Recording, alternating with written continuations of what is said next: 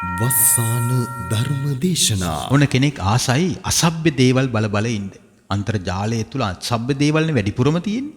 දැන් අසභ්‍ය දේවල් නිදි වරාගෙන කාමුක හිතින්, රාගයෙන් තෙත්ෙච්ච හිතින්, කිලුටු සිතින්, අඳුරු සිතින්, ලාමක ආස්වාදයක් සොයන සිතින් අන්තර්ජාලයේ පිරික්ස බල ඉන්නවා.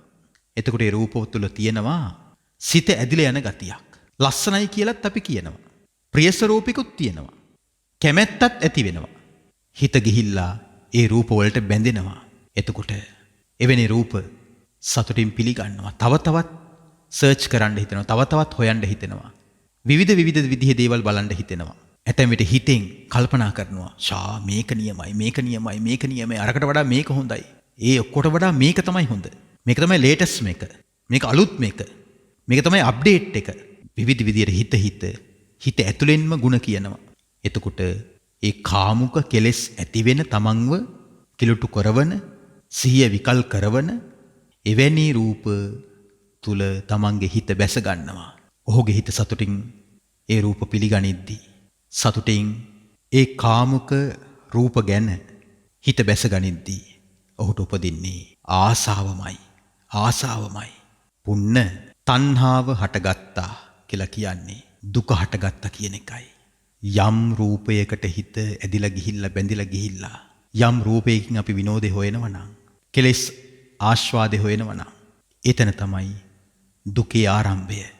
එතෙන් සිට ඔහු දුවන්නේ දුක පස්සේ. නමුත් ඔහුට හිතෙන්නේ මං අරයා පස්සේ යනවා. නෑ. අරයා මෙයා පස්සේ යනවා නෙමෙයි. දුක පස්සේ යනවා කියලායි කියන්න තියෙන්නේ. අපි බොහෝ දෙනෙක් දුවන්නේ දුක පස්සේ පින්වතුනි.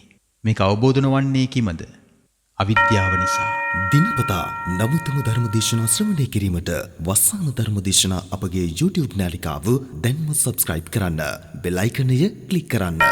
වස්සාන ධර්ම දේශනා YouTube නාලිකාව ඔස්සේ ප්‍රචාරය වන මෙම සුමధుර ධර්මානුශාසනාවේ ප්‍රධාන අරමුණ වන්නේ බෙම්මුල්ල පරණ පන්සල පාර නොම්බර 85 නිවසේ පදිංචි නොවැම්බර් 4 වන දින 79 වන ජන්මදිනය සමරු මාලනී වික්‍රමනායක මෑණියන්ට නිදුක් නිරෝගී සුවය සහ දීර්ඝාෂ ප්‍රාර්ථනා කිරීම පිණිසත් එදිනම 46 වන ජන්මදිනය සමරු චෛනිකා විජේවර්ධන මහත්මියටත් උපන්දිනය වෙනුවෙන් ආශිර්වාද පතා වස්සාන ධර්මදේශනා YouTube නාලිකාව ඔස්සේ ධර්ම දානමය පින්කමක් සිදු කිරීමයි. අද දේශකයන්න් වහන්සේ අතිපූජනීය කැලණියේ අජිත ස්වාමීන් වහන්සේ. අවසරයි අපේ හාමුදුරුවනේ. සමන්ත චක්කවාලේසු අත්‍රා ගච්ඡන්තු දේවතා සද්ධම්මං මුනි රාජස්ස සුනන්තු සග්ග මොක්ඛදං ධම්මස්සවන කාලෝ අයං භදන්තා ධම්මස්සවන කාලෝ අයං භදන්තා ධම්මස්සවන කාලෝ අයං භදන්තා.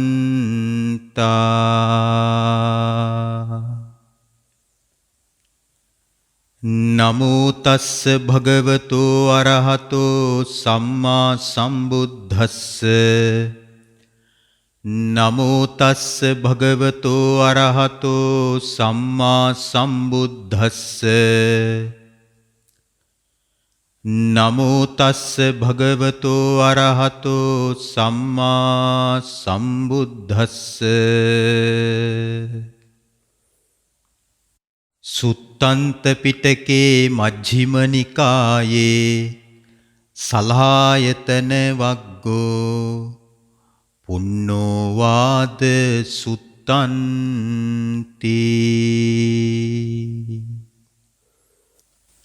තුන් ලෝකාග්‍ර වූ භාග්‍යවත් අරහත් ගෞතම නම් වූ සම්මා සම්බුදු රජාණන් වහන්සේට නමස්කාර කරමි. නමස්කාර වේවා. මහා කාරුණික භාග්‍යවත් බුදුරජාණන් වහන්සේ විසින් ලෝකානුකම්පාව උපදවා දේශනා කොට වදාළ උතුම් ශ්‍රී සද්ධර්මයටද නමස්කාර කරමි. නමස්කාර වේවා. උතුම් බුදුරජාණන් වහන්සේගේ ආර්ය මහා සංඝරත්නයටද නමස්කාර කරමි. නමස්කාර වේවා. ගරුතර මහා සංඝරත්නයන් අවසරයි. ශ්‍රද්ධාවන්ත කාරුණික පින්වතුනි, තවත් සම්බුද්ධ භාෂිතයක් ශ්‍රවණය කිරීමටයි ඔබ මෙසේ සූදානම් වුණේ. අද මෙම දම් දෙසුම ඔබ වෙතට ගෙනීමේදී තම සදැහැති දායකත්වය ලබාගෙන කටයුතු කරන පින්නතුන් බලාපොරොත්තු වෙන්නේ බෙම්මුල්ල පරණ පන්සල පාර අංක 85 නිවසේ පදිංචි නොවැම්බර් මාස 4 වන දිනට තම ජීවන ගමනේ 79 වන සන්ධිස්ථානය සනිටුහන් කරන මාලනී වික්‍රමනායක මෑණියන්ට නිදුක් නිරෝගී සුවය දීර්ඝායුෂ සම්පත් ප්‍රාර්ථනා කිරීමට වගේම එදිනම තම ජීවන ගමන් මගේ 46 වන ජන්මදිනය සනිටුහන් කරන චයනිකා විජේවර්ධන මහත්මියටත් තෙරුවනේ අනන්ත ආශිර්වාදය ලබා ගැනීමට සුබ උපන්දිනයකට ආශිර්වාද ප්‍රාර්ථනා ලබා ගැනීමටයි මෙම උත්තම ධර්ම දානමේ පින්කම සිදු කරනු ලබන්නේ. ඉතින් අපි එම මහත්මීන් දෙපළට තෙරුවනේ අනන්ත ආශිර්වාදයෙන් නිදුක් නිරෝගී සුවපත් භාවය දීර්ඝායුෂ සම්පත් සැලසේවා කියලා සෙත් ප්‍රාර්ථනා කරනවා. සදහැවතුනි, අද ඔබට ශ්‍රවණය කරන්නට ලැබෙනවා සූත්‍ර පිටකයට අයත් මජ්ක්‍ධිම නිකායෙහි සලායතන වග්ගයේ සඳහන් පුන්නෝවාද සූත්‍රය. ඔබට පුන්නෝවාද සූත්‍රය කිව්වොත් නම් ටිකක් අලුත් බවක් දැනේ. මම මෙහෙම කියන්නේද? සුනාපරන්ත පුන්න තෙරුන් දැන් මතක් වුණා නේද කවුද කියලා? අන්න ඒ කතාව අද අපි ශ්‍රවණය කරනවා. පොඩි කාලේ දහම් පාසලේදී අපි මේ කතාව අහලා නැද්ද? මතකයිනේ සුනාපරන්ත පුන්න ස්වාමීන් වහන්සේ ගැන. අන්නේ දේශනාවේ පරිපූර්ණ විස්තරයයි ඔබට අද දැනගන්නට ලැබෙන්නේ. අපගේ ශාස්ත්‍රුන් වහන්සේ ඒ දිනවල වැඩ සිටියේ සවැත් නුවර ජේතවනාරාමයේ. භාගතුන් වහන්සේ වෙත පැමිණි පුන්න ස්වාමින් වහන්සේ භාගතුන් වහන්සේට ගෞරවාදරයෙන් වන්දනා කොට එකත් පස්ව වැඩ සිටියා. වැඩ හිඳමින් පුන්න ස්වාමීන් වහන්සේ භාගතුන් වහන්සේට පවසනවා, ස්වාමීනි, භාග්‍යවතුන් වහන්සේ මාහට කෙටියෙන් සද්ධර්මය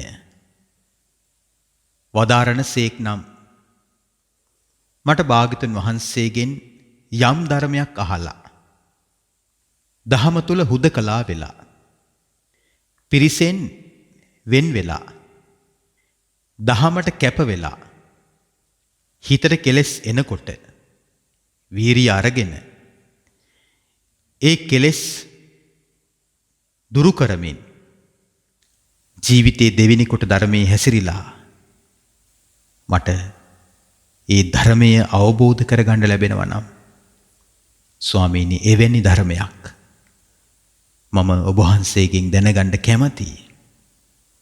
දැන් බලන්න මේ තරුණ ස්වාමින් වහන්සේ භාගතුන් වහන්සේගෙන් කරපු ඉල්ලීම මොකද්ද? ස්වාමීනි, මට කෙටියෙන් දහම් අවවාදයක් පවසනවා නම් මැනවි. එවිට මට පුළුවන් භාගතුන් වහන්සේගෙන් ධර්මය අහලා හුදකලා වෙලා පිරිසෙන් වෙන් වෙලා දහමට කැප වෙලා කෙලෙස් තවන වීරියෙන් යුක්තව දහමට දෙවි පුදා වාසය කරන්න. දැන් මේ ස්වාමීන් වහන්සේ ලෑස්ති ධර්මයේ වෙනුවෙන් ජීවිතේ පූජා කරන්න. දැන් අපේ ජීවිතවලත් අපි ජීවිතේ පූජා කරන්නට හදපු අවස්ථා ඇතිනේ. මම ඔයාට මගේ පණ උනත් දෙනවා. නේද? ඇතැම් අය ආදරය වෙනුවෙන් පණ පුදන්න ලෑස්ති. ඇතැම් අය රට වෙනුවෙන් පණ පුදන්න ලෑස්ති. ඇතැම් අය ජාතිය වෙනුවෙන් පණ පුදන්න ලෑස්ති. ඇතැම් අය මව්පියන් වෙනුවෙන් පණ පුදන්න ලෑස්ති. ඇතැම් අය සත්කාර සම්මාන ගෞරව වෙනුවෙන් පණ පුදන්න ලෑස්ති. ඇතැම් අය ධනය දේපල වෙනුවෙන් පණ පුදන්න ලෑස්ති. ඇතැම් දෙමව්පියන් දරුවන් වෙනුවෙන් පණ පුදන්න ලෑස්ති. විවිධ අය විවිධ අයුරින් තමන්ගේ ජීවිතේ අතහරින්නට ලෑස්ති. දැන් මේ පුන්න ස්වාමින් වහන්සේ ජීවිතේ පූජා කරන්න ලෑස්ති වෙන්නේ කුමකටද? ධර්මයේ වෙනුවෙන්. දහමට දෙවි පුදා වාසය කරන්න ලෑස්ති. දහමට දෙවි පුදා වාසය කරනවට කියනවා පහිතත්ත. පහිතත්ත කියලා කියන්නේ තමන්ව අතහැරලා. තමන්ව අත්හැරිය ගමන්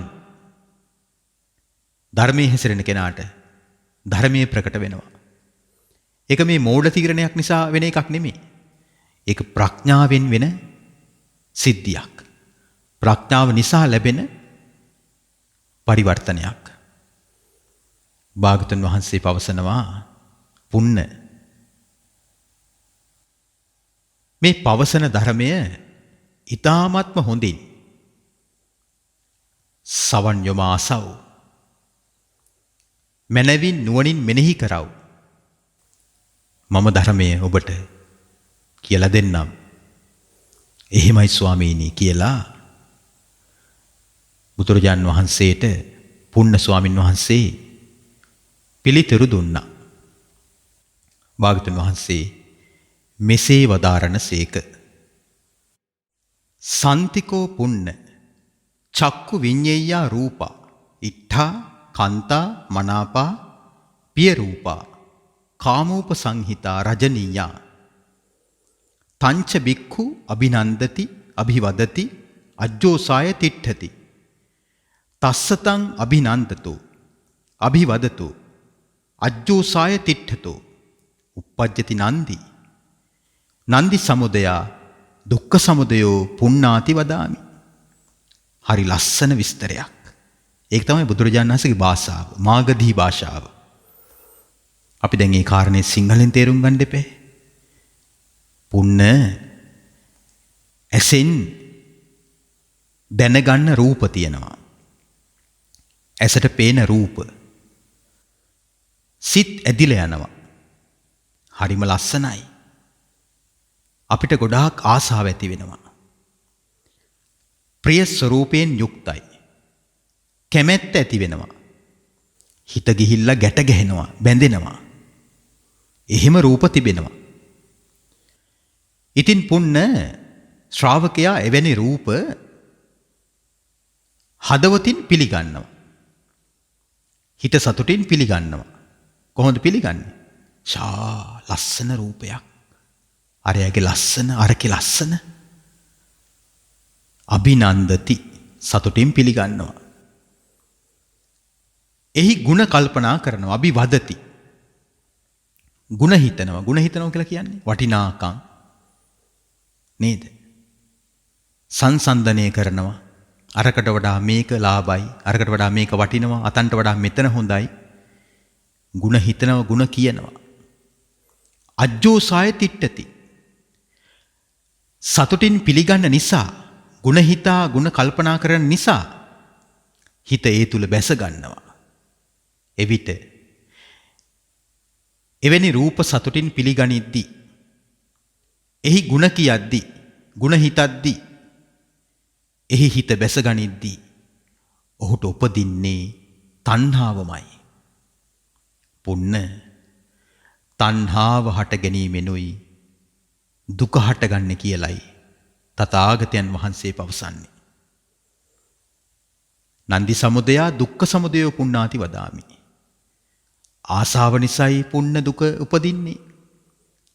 බුදුවරු පවසන්නේ මෙන්න මේකයි. එහෙනම් අපි එකක් පැහැදිලි කරගන්න ඕනේ. යම් රූපයකට අපේ හිත ඇදිලා ගියා නම් ලස්සනයි කියලා කිව්වනම් අපේ හිතේ කැමැත්තක් ඇති වුණා නම් අපේ හිතේ බැඳීමක් ඇති වුණා නම්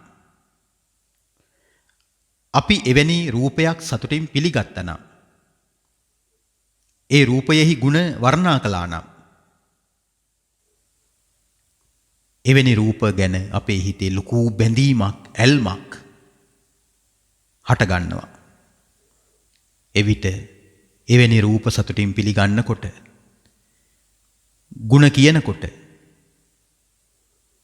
ඒ රූපය තුල හිත ගිහිල්ලා පදිංචි වෙනකොට ඔහුට උපදින්නේ කුමක්ද?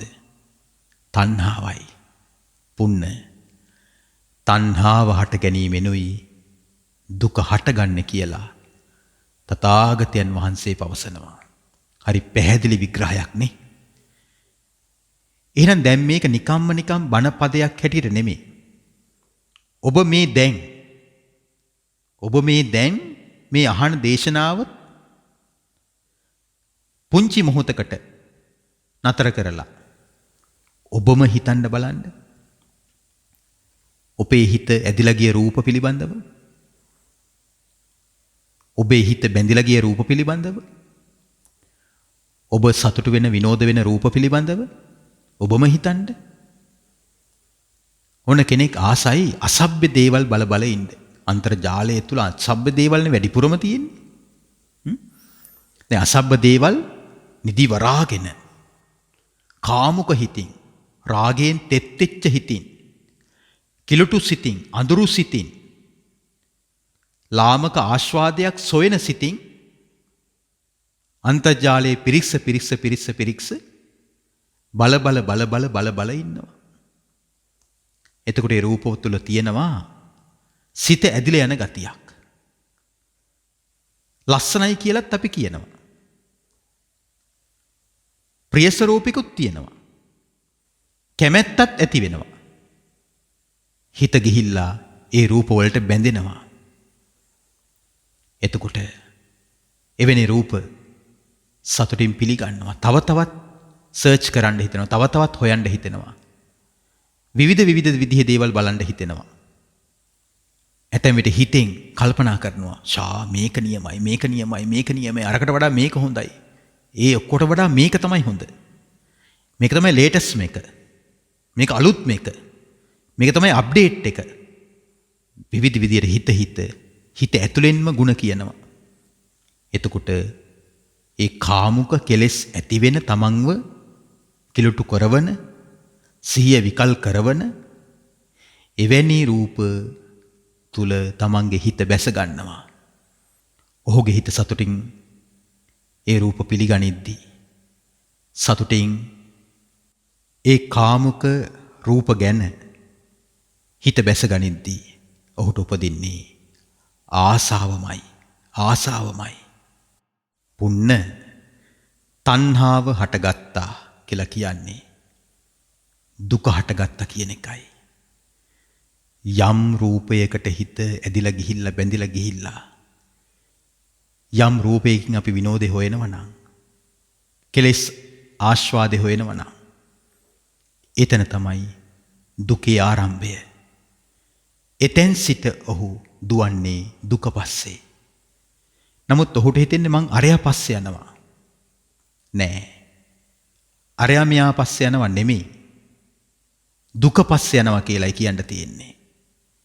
අපි බොහෝ දෙනෙක් දුවන්නේ දුක පස්සේ පින්වතුනි. මේක අවබෝධ නොවන්නේ කිමද? අවිද්‍යාව නිසා. ඒ දුවන දේවල් වලින් අපිට ආස්වාදයක් ලැබෙන නිසා. දුක පස්සේ දුවනවා කියලා කවුරුත් කියන්නේ නැහැ. කාටවත් හිතෙන්නේ නැහැ. පුන්න කණෙන් අහන ශබ්ද තියෙනවා. ඒ කණෙන් අහන ශබ්දවල ස්වභාවය තමයි සිත ඇදිලා යනවා.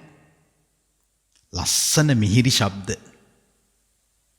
කැමැත්ත ඇති වෙනවා. හිතේ බැඳීම් හට ගන්නවා. එතකොට ශ්‍රාවකයා එවැනි ශබ්ද සතුටින් පිළිගනිද්දී ගුණ කියද්දී හිත ඒ තුල බැස ගනිද්දී ඔහුට උපදින්නේ තණ්හාවයි. පුන්න තණ්හාව හටගත්තා කියලා කියන්නේ දුක හටගත්තා. එහෙනම් මේක මේ ඇහැට විතරක් සම්බන්ධ කාරණයක් නෙමෙයි, කනටත් සම්බන්ධයි. ශබ්ද ඇහෙනකොට ශබ්ද වලින් අපි කොච්චර විනෝද වෙනවද බලන්නකෝ. ශබ්ද තුලින් අපි කොච්චර ආස්වාදයක් ලබනවද නේද? ශබ්ද නිසාම කොච්චර කෙලෙස් වැగిරෙනවද කියලා බලන්නකෝ. අන්තිමට ඉපදිලා තියෙන දුකක්. හාරිත කියලා තාපසයෙක් හිටියා. මොකද්ද නම? හාරිත. බවුන් වඩලා ආකාශෙන් යන්න පුළුවන් තරමට හිත දියුණු වෙලා තිබ්බේ. හාරිත තාපසයා දවසක් ආකාශෙන් වඩිනවා. තරුණ ගෑන් ළමෙක් මල් වෙනක මල් නෙලනවා. මල් නෙලන්නේ මේ ගෑන් ළමයා නිකන් නෙමෙයි. ගීතයක් ගායනා කර කර.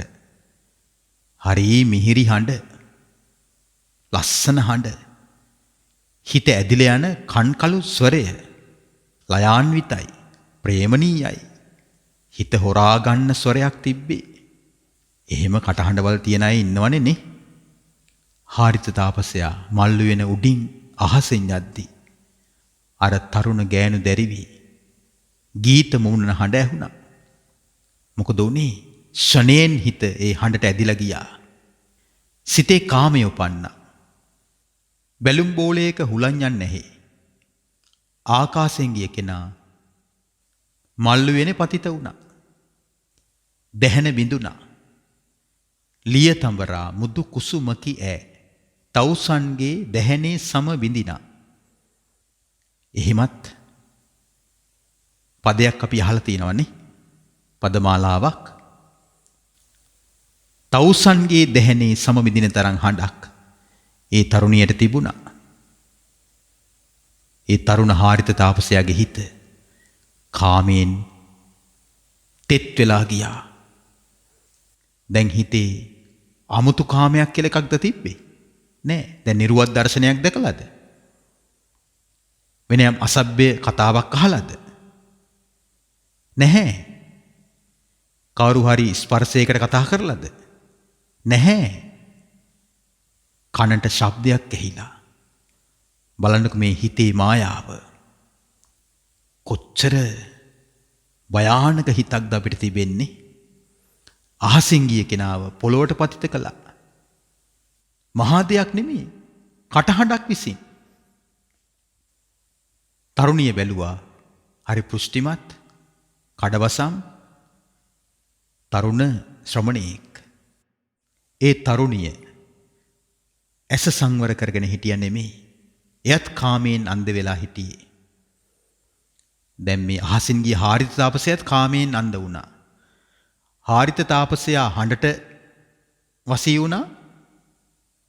ඒ තරුණ කාන්තාව රූපයට වශී වුණා.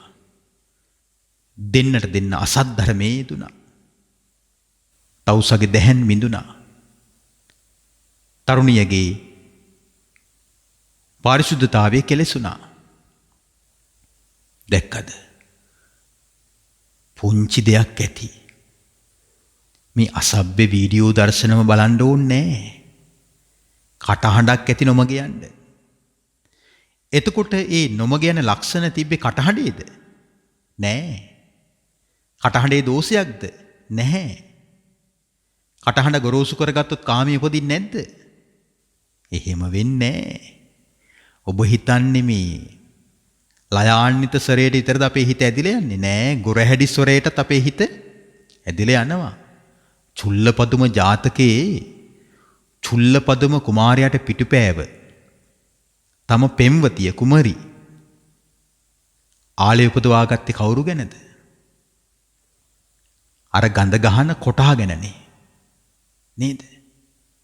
එහෙම හිතක්, එහෙම ලාමක ස්වභාවයක්. ඒක නිසා මේ හිත කොහොමද විශ්වාස කරන්නේ? බුදුරජාණන් වහන්සේ දේශනා කරනවා. පුන්න නාසයෙන් ආග්‍රහණය කරන ගන්ධයන් තිබෙනවා. ඒ ගන්ධයන්ට සිත ඇදිලා යනවා. මිහිරි සුගන්ධයන්. කැමැත්ත ඇති වෙනවා. බැඳීම් උපදිනවා. ඉතින් ශ්‍රාවකයා එවැනි සුගන්ධයන් සතුටින් පිළිගන්නවා. එහි ගුණ කල්පනා කරනවා. ඒ නිසාම එහි සිත බැස ගන්නවා. එවැනි ගන්ධයන් හිතින් සතුටින් පිළිගනිද්දී, එහි ගුණ කියද්දී, එහි බැසගෙන සිටිද්දී ඔහුට උපදින්නේ තණ්හාවයි. පුන්න තණ්හාව හටගත්තා කියලා කියන්නේ දුක හටගත්තා. එහෙනම් මේක ඇසට කනට විතරක් සම්බන්ධ ප්‍රශ්නයක් නෙමෙයි. මේක නාසයට සම්බන්ධයි. ඇස නිසා තෘෂ්ණාව උපදිනවා. ඒ කියන්නේ දුක උපදිනවා. කන නිසා තෘෂ්ණාව උපදිනවා. ඒ කියන්නේ දුක උපදිනවා. නාසය නිසා තෘෂ්ණාව උපදිනවා. ඒ කියන්නේ දුක උපදිනවා. තවත් තිබෙනවා. දිවෙන් දැනගන්න රසවත් දේවල් තිබෙනවා. දිවට රස දැනුණාට පස්සේ ඇතමයි පිස්සු වැටෙනවා. රසයේ පස්සෙම දුවනවා පිස්සෙක් වගේ. සිත ඇදිලා යනවා. තමන්ගේ සිත හොරා ගන්නවා. මිහිරි රස තියෙනවා. කැමැත්ත ඇති කරවනවා. ඇතැම් රසයන් රස වැඩිකමට ඇඟිලි ලෙව කනවා. තොල් ලෙව කනවා. ආහාර අනුභව කරපු ඒ තැටියත් ලෙව කනවා. බිම වැටලා තිබ්බ ඒවත් අතින් අහුලගෙන ඇතැම් විට කටේ දා ගන්නවා. ඇයි?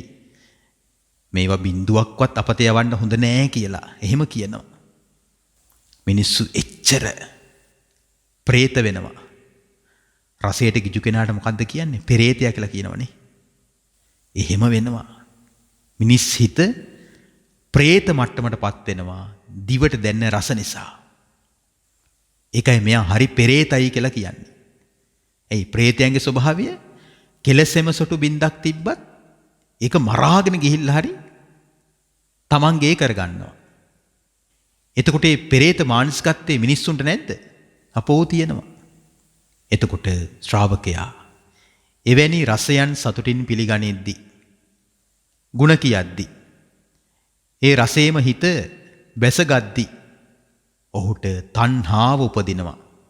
පුන්න රසයේ හේතුවෙන් තණ්හාව ඉපදුනා කියලා කියන්නේ දුක හටගත්තා කියන එකයි. එහෙනම් දිව කියලා කියන්නේ තණ්හාව හටගන්න ආයතනයක්. දුක උපද්දන ආයතනයක්. ඊළඟ කාරණය පුන්න කයට දැනෙන පහස තියෙනවා. ඒ පහසට හිත ඇදිලා යනවා. මෘදු මොලොක් තමන්ව වෙනමම ලෝකික අතරමං කරවන පහසක්. ප්‍රිය ස්වරූපයෙන් යුක්තයි. ආසාවම කැමැත්තම උපද්දවනවා. හිත බැඳිලා යනවා. ඉතින් ශ්‍රාවකයා එවැනි පහස සතුටින් පිළිගන්නවා. ගුණ කියනවා. එවැනි පහසේ හිත බැස ගන්නවා. එතකොට එවැනි පහස සතුටින් පිළිගනිද්දී ගුණ කියද්දී හිත බැසගෙන සිටිද්දී ඔහුට උපදින්නේ ආසාවමයි, තණ්හාවමයි. පුන්න පහස නිසා තණ්හාව හටගත්තා කියලා කියන්නේ දුක හටගත්තා කියන එකයි. එහෙනම් ශරීරය කියලා කියන්නේත් තණ්හාවට හේතු වන ඉන්ද්‍රියක්. ඒ කියන්නේ දුකට හේතු වන ඉන්ද්‍රියක්. කයට දැන්න පහස ගැන කියද්දි මට හරි අපූර්ව අතීත ජාතක කතාවක විස්තරයක් මතක් වුණා. රාජකීය අයියල මල්ලිලා 4 දෙනෙක් හිටියා. 4 දෙනාම තරුණයි, අවිවාහකයි. මේ 4 දෙනා අවිවාහක නිසා විවිධ තරුණියන් මේ අයත් සමග ප්‍රේම සම්බන්ධ ඇති කරගන්න බැලුවා. නමුත් එක්කෙනෙක්වත් කාටවත් බහ දීලා තිබ්බේ නැහැ. ඉතින් මේ අය විවිධ කාන්තාවන් ඇසුරු කළා කුලියට අරගෙන. රාජකීය පැලැන්ති අයනේ. ඉතින් දිනක් මේ අයගේ තැරව්කාරයෙක් එක සහෝදරයෙක්ව එක්තරා ස්ත්‍රියක් ළඟට අරගෙන ගියා. කළුවර රාත්‍රියක මූණේ සටහන් මොකවත් පේන්නේ නැහැ. කට්ට කළුවරයි. මේ ස්ත්‍රිය සමග මේ පුරුෂයා අසත් ධර්මයේ යෙදුණා. පුරුෂයාගේ හිත පිනා ගියා. රාජකීය ස්ත්‍රියක්වත් මේ තරම් කායික පහසක් දුන්නේ නෑ නේද කියලා ඇට මිදුළු දක්වා කාවැදුනා. දැන් මේ රාජකීය කුමාරයා සහෝදරවරුන්ටත් හොරෙන් අර කාන්තාව නිතර නිතර කළුවරේ ගිහිල්ලා ඇසුරු කරනවා. දිනක් අනෙත් සහෝදරයන් තුන්දෙනා කල්පනා කරනවා අයියන්ඩි නිතර නිතර දැන් කොහේ හරි ගමනක් යනවා. කොහෙද මේ යන්නේ? හොයලා බැලුවා. අයියා ඇත්ත කිව්වා. කාන්තාව කැඳෙව්වා. බලන්න බෑ මූණ කැතයි. කැතම කැත තැනැත්තියක්. නමුත් දිව්‍ය පහසක් ඈ තුල තිබ්බා. සහෝදරයෝ 4 දෙනාම ඒ කාන්තාව සමග පවුල් කෑවා. ඒ කාන්තාවගේ පහස ලැබුවා.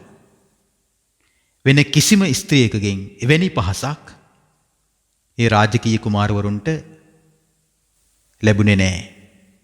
දිනක් මේ පංචපාපිකා මේ ස්ත්‍රියගේ නම පංචපාපිකා. මේ පංචපාපිකා රෝගී වුණා, ගිලන් වුණා. දැන් රාජකීය කුමාරවරු මොකද කළේ? සයනයක් මත තබලා මේ ස්ත්‍රියව රැක බලා ගන්නවා, උපස්ථාන කරනවා. එක සහෝදරියෙක් එක උරහිසක් පරිමදිනවා. තවත් සහෝදරයෙක් තවත් උරහිසක් පරිමදිනවා. තවත් සහෝදරයෙක් එක පාදයක් පරිමදිනවා. තවත් සහෝදරයෙක් තවත් පාදයක් පරිමදිනවා. සහෝදරයෝ 4 දෙනෙක්නේ.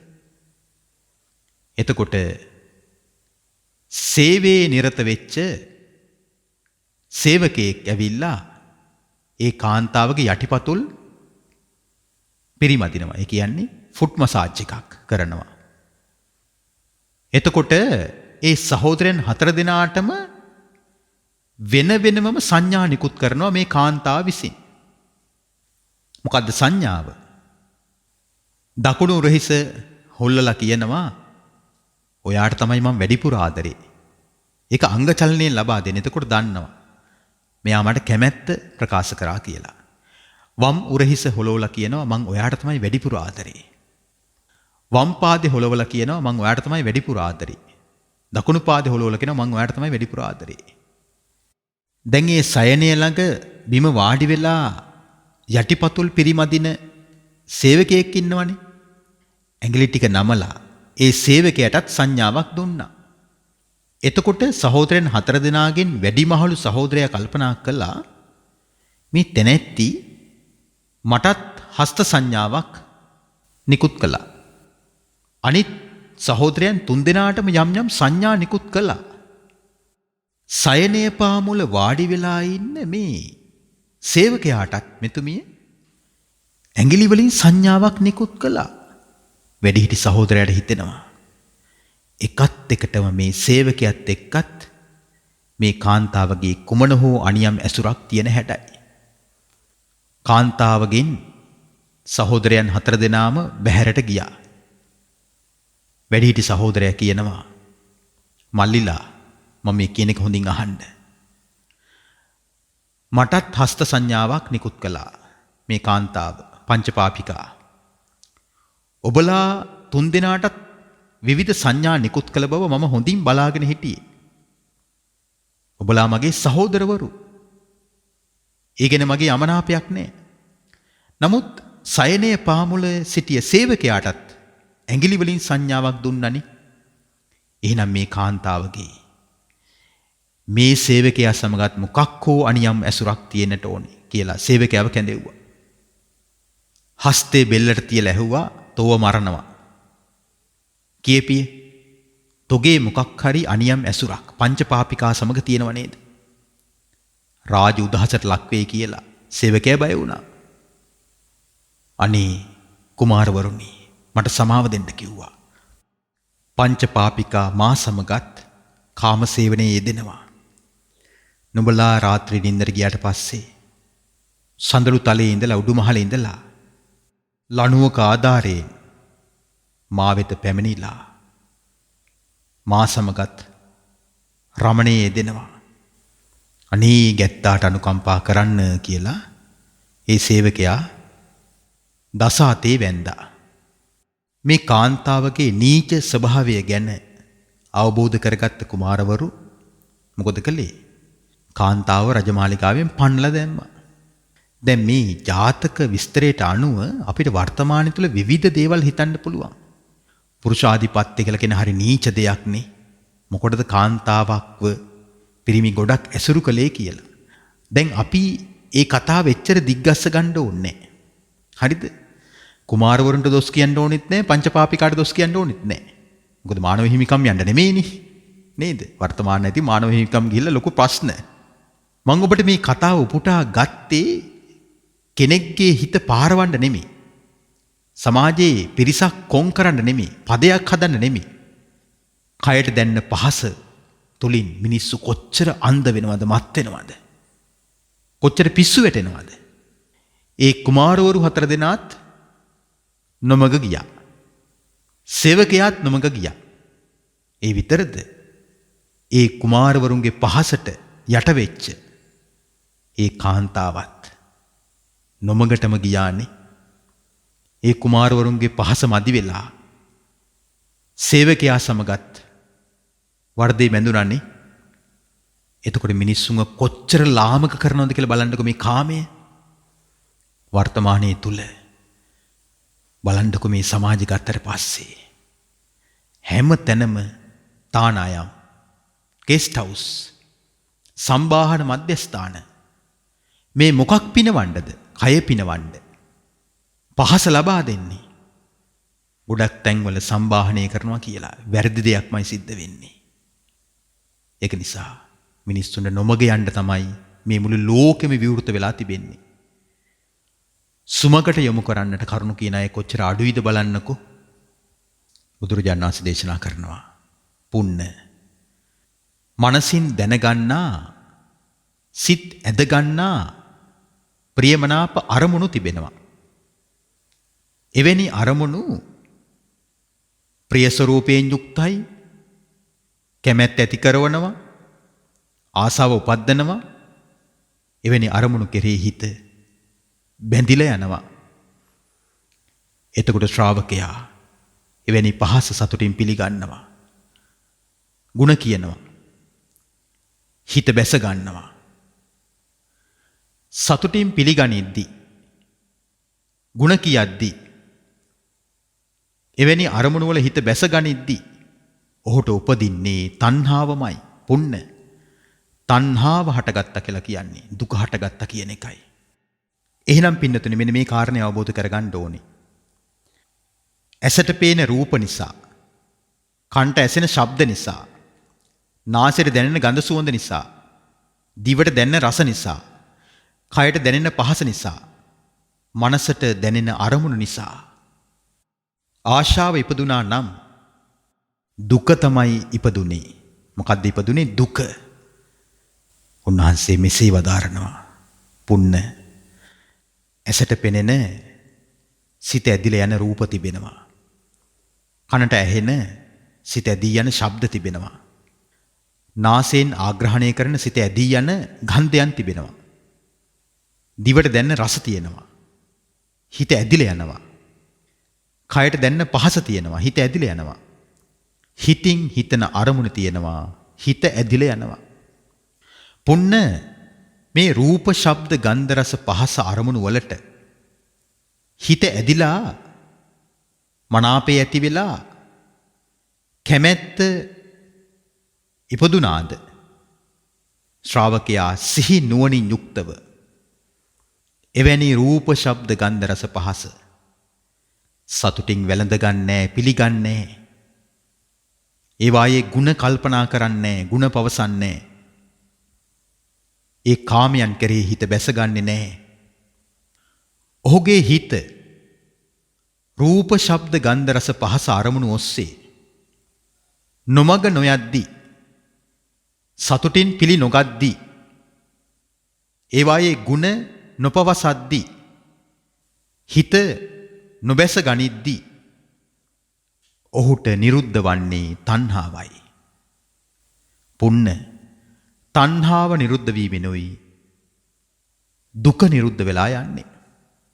එහෙනම් පින්නතුනි, අපි යම් රූපයක, ශබ්දයක, ගන්ධයක, රසයක, පහසක, අරමුණක සැබෑ తত্ত্বය, ඒ කියන්නේ යථාර්ථය, සැබෑ తত্ত্বය අවබෝධ කරගන්නවා නම් මේ රූප, ශබ්ද, ගන්ධ, රස, පහස අරමුණු අනිත්‍යයි, දුකයි, අනාත්මයි, මගේ නොවේ, මම නොවේ, මගේ ආත්මේ නොවේ කියලා විදසුන් නුවණින් අවබෝධ කරගත්තොත් අන්න එවැනි රූප, ශබ්ද, ගන්ධ, රස, පහස අරමුණු නිසා තණ්හාව වැඩෙන්නේ. තණ්හාව නිරුද්ධ වෙනවා. තණ්හාව නිරුද්ධ වුණා කියලා කියන්නේ දුක නිරුද්ධ වුණා කියන එකයි. එහෙනම් දුක නිරුද්ධ වෙන්න නම් මොකද්ද නිරුද්ධ වෙන්න ඕනේ? හිත දුවන ගතිය නිරුද්ධ වෙන්න ඕනේ. හිත දුවන්නේ කුමන දේවල් ඔස්සේද? රූප, ශබ්ද, ගන්ධ, රස, පහස අරමුණු ඔස්සේ. ඒකයි මේ සංවර වෙන්න කියලා කියන්නේ. සංවර වීමේ වැදගත්කම තියෙන්නේ මෙන්න මේකටයි. කුමකටද? තණ්හාව නිරුද්ධ කිරීම පිණිස. භාගතුන් වහන්සේ පවසනවා, පුන්න මා විසින් මේ අවවාදයෙන් සංක්ෂිප්තව අවවාද කරපු ඔබ කවර ජනපදයකටද වාසය කරන්නට යන්නට සිතාගෙන සිටින්නේ? එතකොට පුන්න ස්වාමීන් වහන්සේ කියනවා, භාගතුන් වහන්සේ සුනාපරන්ත නමින් ජනපදයක් තිබෙනවා. භාග්‍යතුන් වහන්සේ විසින් මේ අවවාදයෙන් සංක්ෂිප්තව අවවාද කරුන් ලැබූ මම ඒ පළාතට තමයි වාසයට යන්නට සිතාගෙන සිටින්නේ. බුදුරජාණන් වහන්සේ දැන් ඒ පළාත ගැන දන්නවා. භාග්‍යතුන් වහන්සේ පවසනවා, පුන්න ඔය සුනාපරන්තේ මිනිස්සු හරිම ප්‍රචණ්ඩයි. පුන්න ඔය සුනාපරන්තේ මිනිස්සු හරිම පරුෂයි. පුන්න ඔය සුනාපරන්තේ මිනිස්සු ඔබට ආක්‍රෝෂ කරાવી, පරිභව කරાવી. පුන්න එතකොට ඔබට මොනවා හිතේවිද? ස්වාමීනි, සුනාපරන්තේ මිනිස්සු මට ආක්‍රෝෂ කළෝතින්, පරිභව කළෝතින්, ඒ කියන්නේ නිന്ദා පහස කළෝතින් කියන එක ආක්‍රෝෂ පරිභව කරනවා කියලා කියන්නේ. ස්වාමීනි, සුනාපරන්තේ මිනිස්සු මට නිന്ദා පහස කළොත් ඒ ගැන මම මේ විදියට හිතනවා. යම් කරුණකින් මේ උදවිය මට අතින් පහර නොදෙද්ද සැබවින්ම මේ සුනාපරන්තේ මිනිස්සු හරි යහපත් අයනේ. මේ අය මට ගැහුවේ නෑනේ. සැබවින්ම මේ සුනාපරන්තේ මිනිස්සු ගොඩක් හොඳයිනේ. ස්වාමීනි, මට හිතෙන්නේ ඔන්න ඔය විදිහටයි. සුගතයන් වහන්සේ, මම හිතන්නේ ඔන්න ඔය විදිහටයි. පුන්න යම් හේකින් සුනාපරන්තේ මිනිස්සු ඔබට අතින් උනත් ගහන්න පුළුවන්, පහර දෙන්න පුළුවන්. එතකොට ඔබට කුමක් හිතේවිද? ස්වාමිනී, සුනාපරන්තේ මිනිස්සු මට අතින් ගැහුවොත්, පහර දුන්නොත්, එතකොට මම මෙහෙම හිතනවා, යම් හේතුවක් නිසා මේ උදවිය මට ගල් වලින් පහර දුන්නේ නෑනේ. එතකොට සුනාපරන්තේ මිනිස්සු ඒ නිසාම යහපත්. අනේ මේ මිනිස්සු මට අතින් ගැහුවා තමයි. නමුත් ගල් වලින් දමලා ගැහුවේ නෑනේ කියලා මම හිත හදා ගන්නවා. භාගතුන් වහන්සේ, මම හිතන්නේ ඔන්න ඔය විදිහටයි. පුන්න සුනාපරන්තේ මිනිස්සු ඔබට ගල් වලින් උනත් ගහන්න පුළුවන්. එතකොට ඔබ මොකද්ද කරන්නේ? ස්වාමීනි, සුනාපරන්තේ මිනිස්සු මට ගල් වලින් ගැහුවොත් මම මෙහෙම හිතනවා, මේ සුණාපරන්ත මිනිස්සු මට දඬු මුගුරු වලින් පහර දුන්නේ නෑනේ. ස්වාමීනි මම හිතන්නේ ඔන්න ඔය විදිහටයි.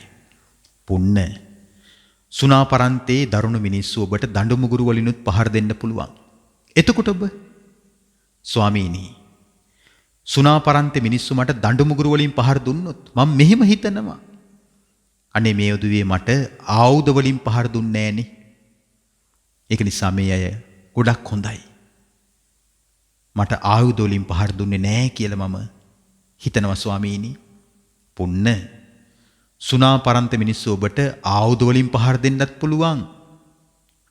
එතකොට ඔබ ස්වාමීනි සුණාපරන්ත මිනිස්සු මට ආයුධ වලින් පහර දුන්නොත් මම මෙන්න මෙහෙම හිතනවා. මේ උදවිය මාව ඝාතනය කළේ නෑනේ. ඒක නිසා මේ මිනිස්සු ගොඩක් හොඳයි. මේ මිනිස්සු ගොඩක් යහපත්. පුන්න සුණාපරන්ත මිනිස්සු ඔබට තියුණු ආයුධ වලින් පහර දී ඝාතනය කරන්නත් පුළුවන්. එතකොට ඔබ කුමක්ද හිතන්නේ?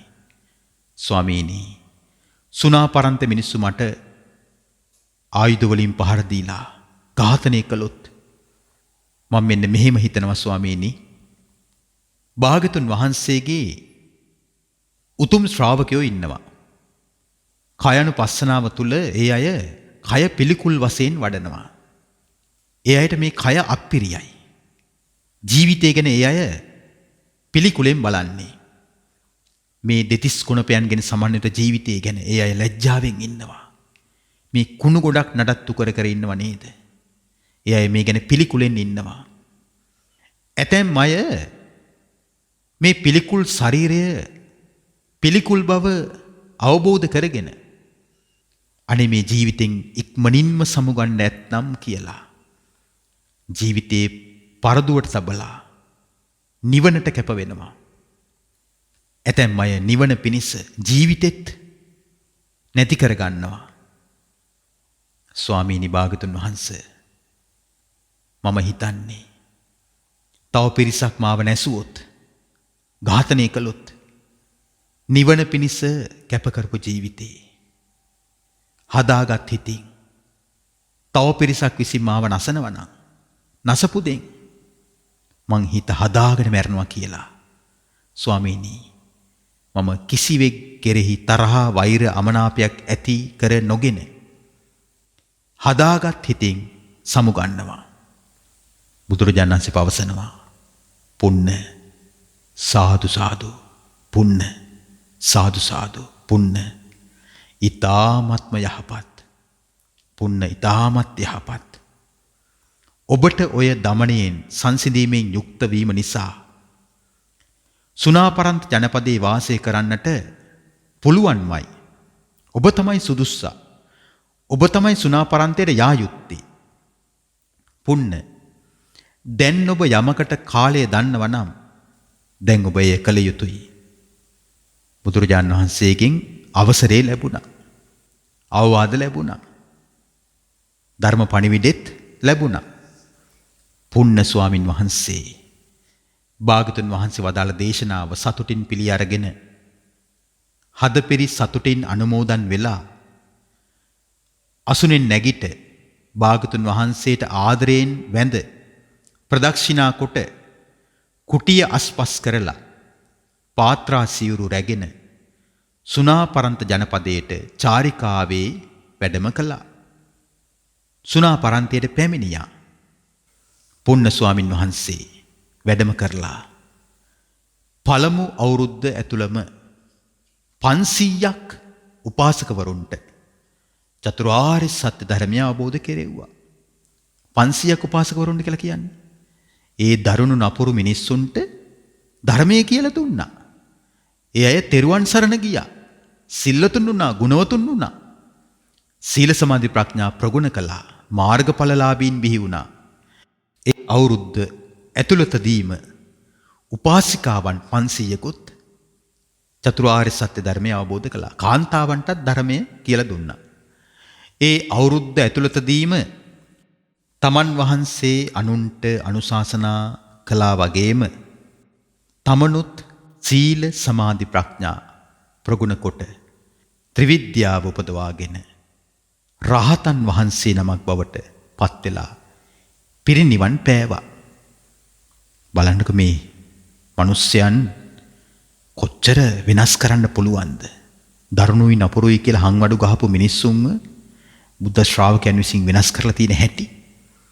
එවිට බොහෝ භික්ෂූන් වහන්සේලා භාගතුන් වහන්සේ වැඩ සිටි තැනට පැමිණියා.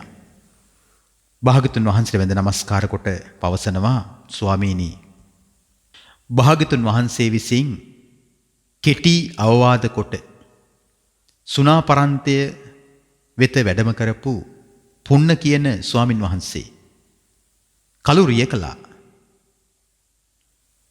ඔහුගේ ඊළඟ උපත කුමක්ද? පරලොව ඔහු කොහෙද උපන්නේ කියලා ඇහුවා. භාගතුන් වහන්සේ පවසනවා, මහණෙනි, පුන්න නැමැති කුලපුත්‍රයා හොඳ නුවණින් යුක්තයි. ධර්මානුකූලවම ජීවත් වුණා. ධර්මයෙන් ප්‍රශ්න හදාගෙන මාව වෙහෙසටපත් කළේ නෑ.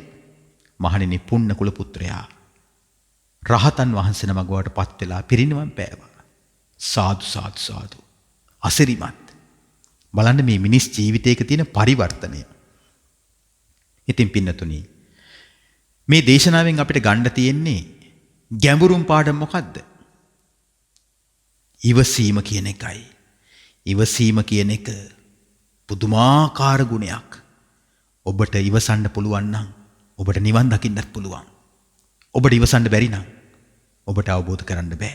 ඒක නිසා ඉවසීම ප්‍රගුණ කොට ඔබට මට අප හැමතෙම මේ සම්මා සම්බුද්ධ ශාසනය තුළදීම උතුම් චතුරාර්ය සත්‍ය ධර්මයන් පරිපූර්ණව අවබෝධ කරගන්නට මෙම ධර්ම දානමේ කුසලය, මේ ධර්මයේ ශ්‍රවණය කිරීමේ කුසලය මහෝපකාරී වෙත්වා. පුණ්‍යානුමෝදනා.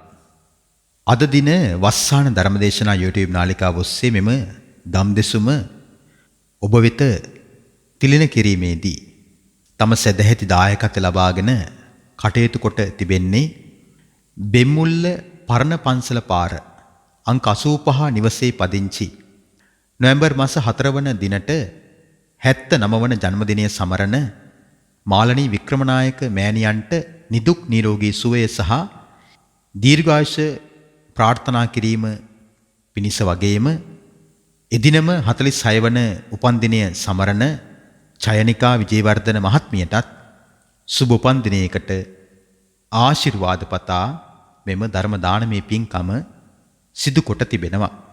සෙසු අරමුණු බවට පත්වන්නේ 71 වන උපන්දිනය සමරන චන්ද්‍රා මහීපාල මෑණියන්ටත් ආශිර්වාද ප්‍රාර්ථනා කිරීමට වගේම මෙම පවුල් වලට සම්බන්ධ සියලුම දූදරුවන්ගේ අධ්‍යාපන කටයුතු, රැකී රක්ෂා කටයුතු සාර්ථක වීම පිණිස මෙම ධර්ම දානමේ කුසලය මහෝපකාරී වෙත්වා. මීට වසර 8කට පෙර අභාවයට පත්වන්නට යෙදුන උපාලි ධර්මරත්න වික්‍රමනායක පියාණන්ට පුණ්‍යානුමෝදනා කරන අතර මීට වසර 9කට පෙර අභාවයට පත්වන්නට යෙදුන ප්‍රේමදාස රණසිංහ පියාණන්ටත් නමින් පරලෝසපත් සියලුම ඥාති හිත මිත්‍රාදීන්ටත් පුණ්‍යානුමෝදනා කොට නිවන් සුව ප්‍රාර්ථනා කරනවා. ධර්ම දේශක ස්වාමින් වහන්සේට මෙන්ම සමස්ත මහා සංඝරත්නයටත් සෙත්පතා ආශිර්වාද කරන අතර ධර්මයේ ශ්‍රවණය කළ සිළු දෙනාටම උතුම් නිවන් සුව සැලසේවා කියලා දායකත්වයේගෙන කටයුතු කොට තිබෙනවා. රැස් කළ උදාාරතර පුණ්‍ය ධර්මයෝ පින් කැමති සියලු දෙවිවරු අනුමෝදන්ව සැප ලබත්වා. ඔබ අප හැමනමින් අභාවයටපත් සියලු ඥාතිවරු මේ පින් අනුමෝදන් වෙත්වා. අපගේ උතුම් ගුරු දේවෝත්තමයන් වහන්සේලාටත් මහෝපාදයන් වහන්සේලාටත් කල්යාණ මිත්‍ර සමස්ත මහා සංඝ රත්නයටත් මේ පින් අත්පත් වෙත්වා. අප හැමගේ මව් දෙමව්පිය වැඩිහිටි ගුරුවර ඥාති හිතයිසීන් සෑම සිළු දෙනාටමත් වස්සාන ධර්මදේශනා YouTube නාලිකාව පවත්වාගෙන යනු ලබන ගයාන් දුෂ්‍යන්ත මහත්මයා ප්‍රදාන පවුලේ හැමතෙමත් කාර්ය මණ්ඩලයේ සිළු දෙනාටමත් උතුම් චතුරාර්ය සත්‍ය අවබෝධ වේවා.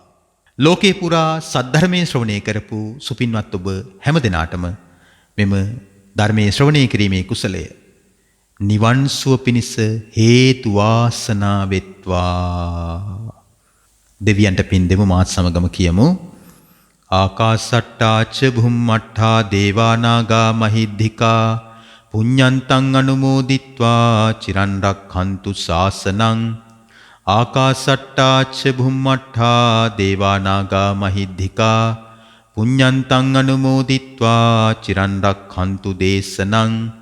ආකාසට්ටාච භුම්මට්ඨා දේවානාගා මහිද්దికා පුඤ්ඤන්තං අනුමෝදිත්වා චිරන් රක්ඛන්තු ත්වං සදා. හැම දිනාටම තෙරුවන් සරණයි.